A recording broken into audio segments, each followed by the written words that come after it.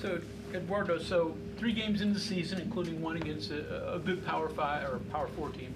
What have you learned about yourself at this level and then this team as well?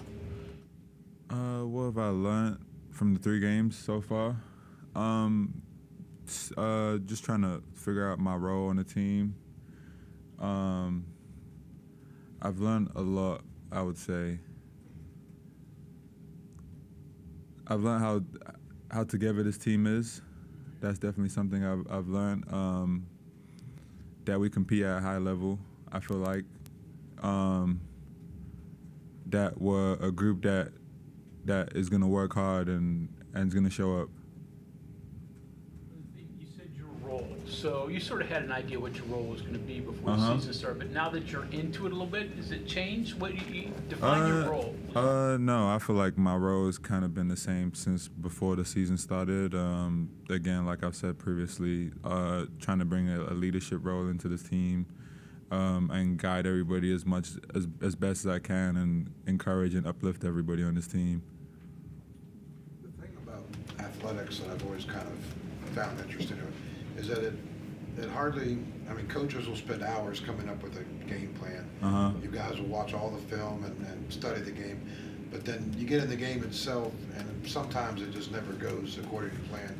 Amani gets in early foul trouble in the big game. Mhm. So now all of a sudden you're being thrust out there. Mhm. Just kind of take me through that. What was that like? All of a sudden your role gets expanded. It probably wasn't what you were expecting going in, but now it's in the middle of the game and this is what I got to do. What was that experience like for you? Just as a competitor, I feel like I'm ready for whatever gets thrown at me. Whether that's Amani getting in foul trouble early, I have to play like a bigger role on the team. Regardless what happens, whether up, down, sideways, I feel like I'm ready to compete at all times. And once my name's called, I just go out there and perform to the best of my abilities.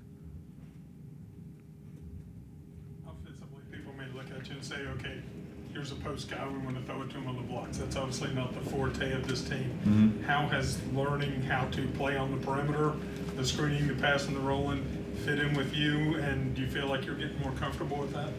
Yeah, definitely. Like I said before, I knew coming into this that I'm not going to be as much of a low block guy as maybe I've been previously in my other places. I knew that I would have to expand my game a little bit. I've enjoyed it. I've had fun doing it. I like it. I'm good with it. I feel like I've been doing a good job at it.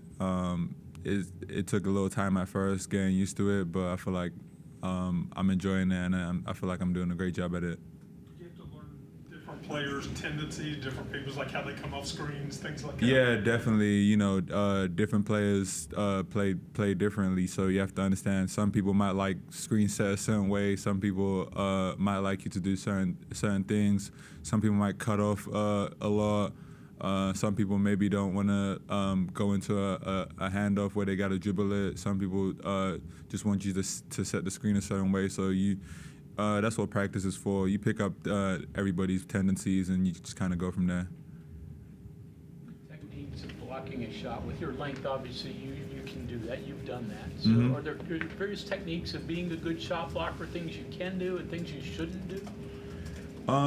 Yeah, I feel like it's kind of a timing thing for me. It's kind of always been a timing thing. You have to be good at timing when the opposing player is going to release the ball, and just you have to kind of meet it in the air. You can't really go to them because that's when normally you get fouls called on you and stuff. You kind of have to go get it while it's up, and just have pretty good timing.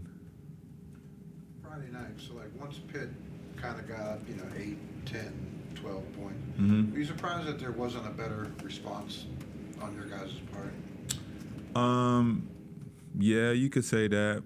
I felt like the game should have been a lot closer than it was. I felt like our response wasn't where it needed to be.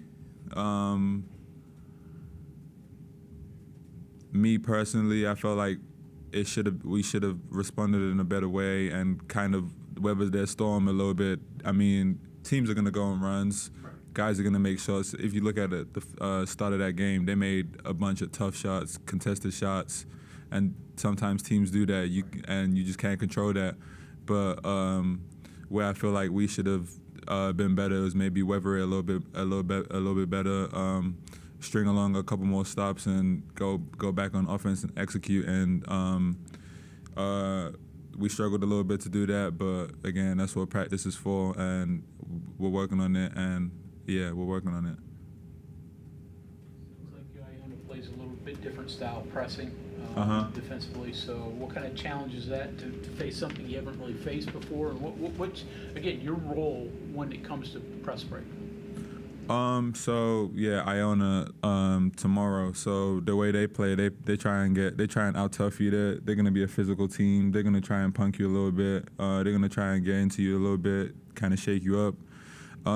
With teams like that, or just people like that in general, you kind of have to use it against them, kind of use their momentum against them, and kind of when they try and speed you up, you kind of have to slow down and just make reads. You see how they press. We just have to run out. We have our sets to break presses. We just got to run them, execute, and break the presses, and just take what they give us. Eduardo, how different would you say that you and Amani play that position? I feel like we do. We both have our strengths. I feel like he's probably going to shoot a lot more threes. He probably spaces the floor a little bit more with his shooting ability. Me, I'm more of a rim roller. So it's two things that are good. Someone that can space the floor, someone that can roll. Right, because I was going to ask, because it looked like it didn't change too much. Yeah, you're not going to shoot threes, but you probably don't want to shoot threes, right?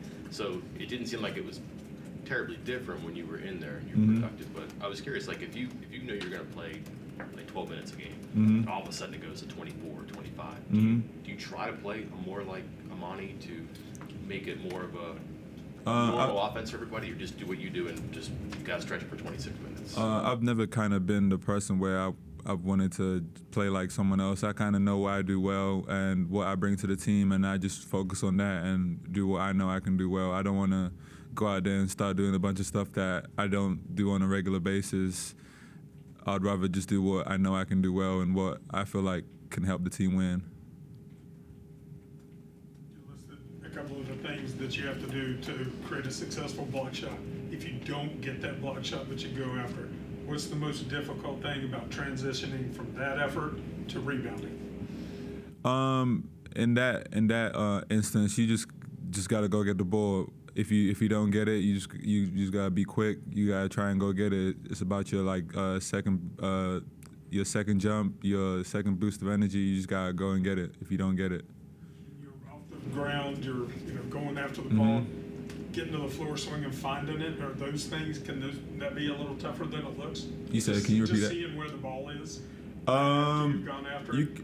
When I'm blocking the shot, I kind of try and keep track of the ball. So if I missed it, I kind of know which kind of direction it's going in. So I just kind of follow it a little bit and try and get it.